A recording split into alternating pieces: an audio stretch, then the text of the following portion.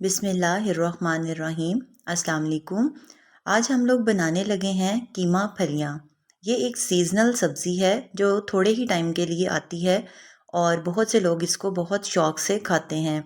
लेकिन अक्सर लोग इसमें ये शिकायत करते हैं कि फलियों की अपनी हल्की सी बसांत जो है वो इसके अंदर रह जाती है। इसको पकाना थोड़ा ट्रिकी है। आज हम सीखेंगे कि किस तरह से हम कीमा और फलियाँ बहुत ही मज़े का बनाएंगे जिसमें हल्की सी भी बसांत मौजूद नहीं होगी। तो ये देखें आपके सामने जब मैंने इसको तैयार कर लिया है तो ये कितना खुश शक्ल जो है वो हमारा सालन तैयार हुआ है। तो चलें स्टार्ट करते हैं इसको बनाना। चूँकि हमने कीमे में इसको बनाना है तो हम इसको प्रेशर कुकर में ही बनाना शुरू करेंगे। आधा कप से भी कम मैंने ऑयल लिया है। ऑयल आपने इसमें कम डालना है इसलिए कि कीमे के अंदर नेचुरल फैट्स भी होती हैं और वो भी इसकी चिकनाई को रिलीज़ करती हैं। तो इसलिए हम इतना ज़्यादा ऑयल इसमें नहीं डालेंगे। सिर्फ एक प्याज मैंने लिया था, उसको मैंने बारीक काट लिया है। अब हम इसको सुर्ख कर लेंगे। अब ये देखें यहाँ प्याज जो है वो हमारी सुर्ख हो गई है।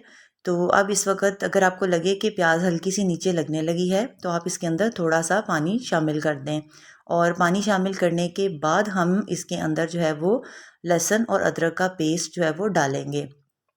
तो ये देखिए मैंने हल्का सा चम्मच चला दिया है। अब हम इसके अंदर एक बड़ा खाने का चम्मच भरकर लहसुन और अदरक का पेस्ट डाल लें या कुटी हुई डाल दें। तो इसको हम डालकर थोड़ा सा भून लेंगे, यानी इतना भूनेंगे कि लहसुन और अदरक की जो अपनी स्मेल है वो ख़त्म हो जाए। अच्छा, यहाँ एक बात मैं आपको ये बता दूं कि कुछ लोग कीमा बनाते वक्त सब चीज़ें यानी प्याज टमाटर मसाले डालकर उसको एक दफ़ा टाइम लगवा लेते हैं। तो हमने यहाँ टाइम इसलिए भी नहीं लगवाना क्योंकि फलियों को भी हमें तकरीबन कोई 15 मिनट का प्रेशर कुकर लगवाना पड़ेगा। तो इसलिए हम इसको डायरेक्ट नहीं लगाएंगे बल्कि मसाला भून के फिर कीमा भूनेंगे फिर प्रेशर लगवाएंगे। जब हमारी लहसुन और अदरक की जो पेस्ट है वो भुन जाए तो अब यहाँ पर आपने कीमा जो है वो इसके अंदर डाल देना है। ये कीमा जो है ये तकरीबन मैंने 3 पाव लिया है और मोटा कीमा मैंने लिया है क्योंकि फलियाँ खुद भी बारीक होती हैं। तो अगर आप बारीक कीमा लेंगे तो फलियाँ और कीमा अलग अलग से नज़र नहीं आएंगे बल्कि मिक्स से हो जाएंगे। अच्छा, यहाँ पर आपने क्या करना है कि उसको थोड़ी देर जो है वो छोड़ देना है। तो आप देखें कीमा खुद ही अपना पानी जो है वो रिलीज़ कर देगा। तब तक आपने कीमे को भूनते रहना है जब तक कि उसका अपना पानी निकल के खुश्क ना हो जाए। तो अब यहाँ देखें अभी तक मैंने इसके अंदर कोई मसाले शामिल नहीं किए बल्कि लहसुन और अदरक में मैंने सिर्फ कीमे को भूना है ताकि कीमे के अंदर भी जो एक बसांत होती है वो इसकी ख़त्म हो जाए। थोड़ा सा पकाने में ये टाइम तो लेता है मगर ये है कि ये टाइम तो लग जाता है मगर फिर भी ये खाने में इतना अच्छा बनता है कि आपको वो इतने टाइम की मेहनत जो है वो उसको फ़ील नहीं होता, इसका इतना जायका बनता है। तो आपने कीमे को अच्छी तरह से लहसुन और अदरक के साथ जो है वो भून लेना है कि वो थोड़ी थोड़ी देर के बाद पानी रिलीज़ करेगा। आपने फिर भी उसको मुसलसल धीमी आंच पे पकाना है। अब यहाँ मैंने तकरीबन 1 चाय का चम्मच इसके अंदर नमक शामिल किया है।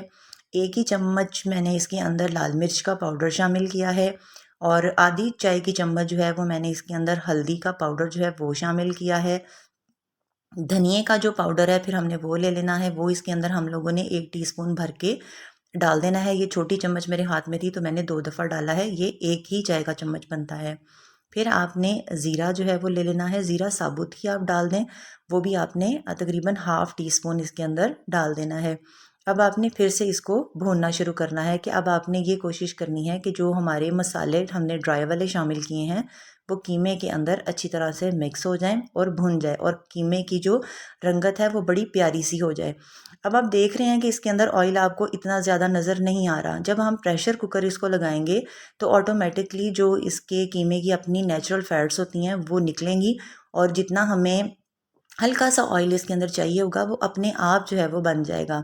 तो ये बड़े अच्छे जो है ना वो इसकी मुझे हेल्दी डिश इसलिए भी लगती है कि कीमे का के साथ निकलने वाला फैट जो है वो इसके ऑयल का जो यूज़ है वो कम कर देता है। तो आप ये देखें कीमा जो है वो कितना अच्छा जो है वो हमारा भुनना शुरू हो गया है और इसकी रंगत भी जो है वो कितनी अच्छी हो गई है।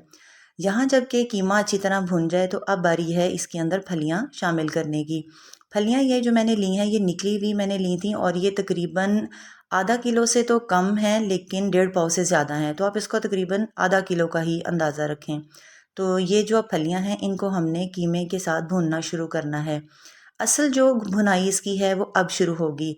जो लोग अक्सर शिकायत करते हैं कि हमारी बनाई हुई कीमा फलियों के अंदर फलियों की अपनी एक ख़ास स्मेल जो है वो रह जाती है। तो यहाँ मेरी अम्मी हमें एक बात कहा करती थी कि कुछ डिशेस ऐसी होती हैं जिनकी स्मेल जो है वो हांडी में रह जाती है।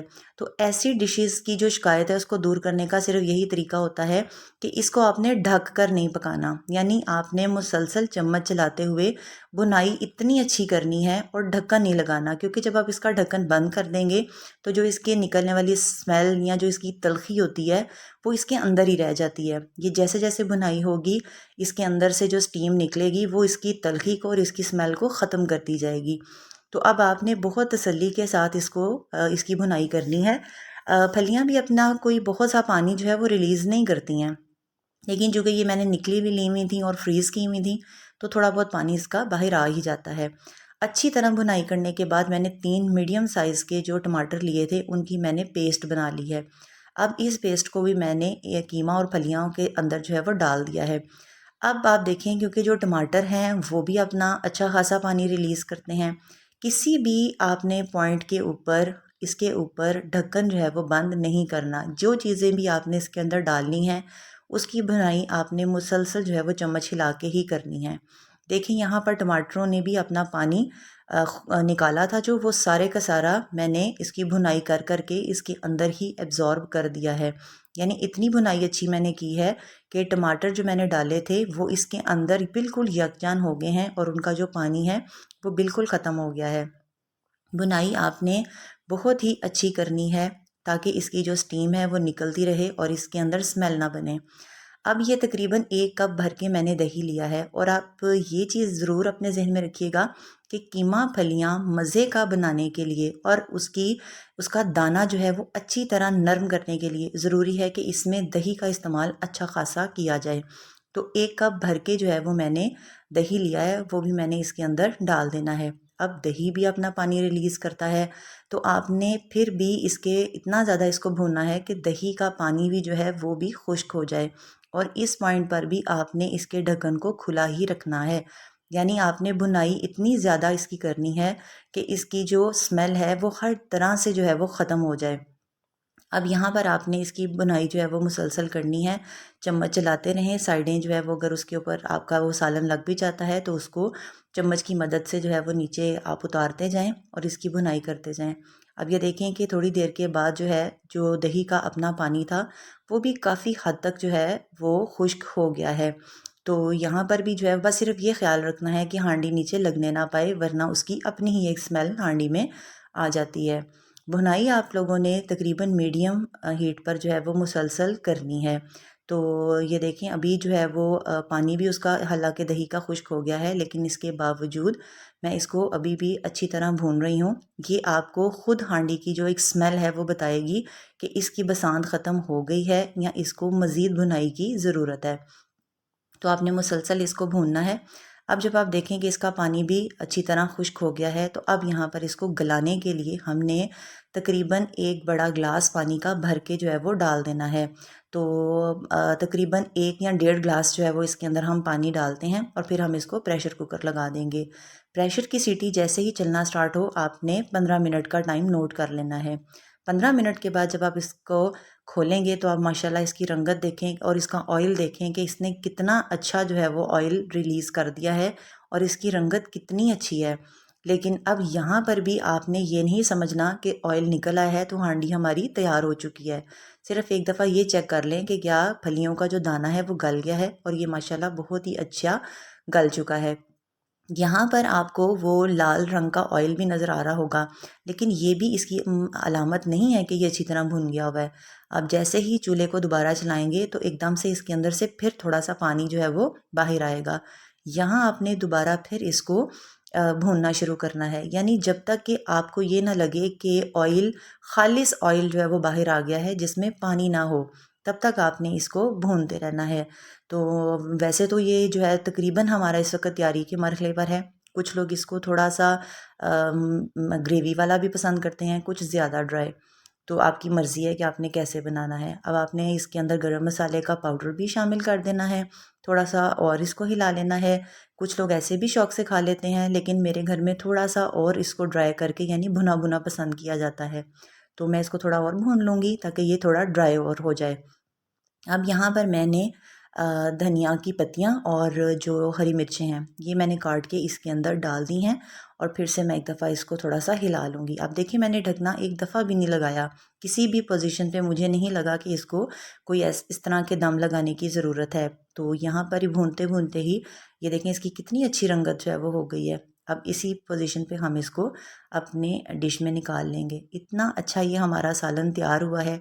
कीमे के दाने अलग नज़र आ रहे हैं और फलियों के दाने अलग से नज़र आ रहे हैं। रंगत भी उसकी जितनी अच्छी आपको नज़र आ रही है, जायका उससे भी ज़्यादा बेहतरीन जो है वो हमारा तैयार हुआ है। और हेल्दी डिश भी बहुत है, सीज़नल है, थोड़े ही टाइम के लिए ये आती हैं। आप फ्रीज़ करके भी इनको रख सकते हैं।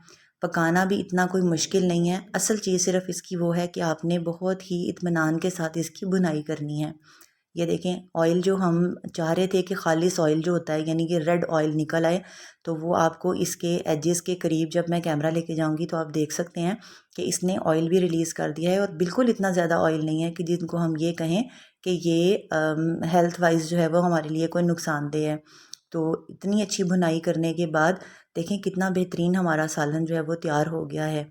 तो इस रेसिपी के साथ जब आप इसको घर में ट्राई करेंगे, इंशाल्लाह आपका बहुत अच्छा बनेगा और सबको पसंद भी आएगा। और आप मुझे ज़रूर कमेंट सेक्शन में बताइएगा कि जब आपने इसको बनाया तो ये कैसा बना और घर वालों ने आपको इसके बारे में क्या फ़ीडबैक दिया। तो मुझे आपके फ़ीडबैक का इंतज़ार रहेगा कि आपको मेरी बनाई हुई ये डिश कैसी लगी।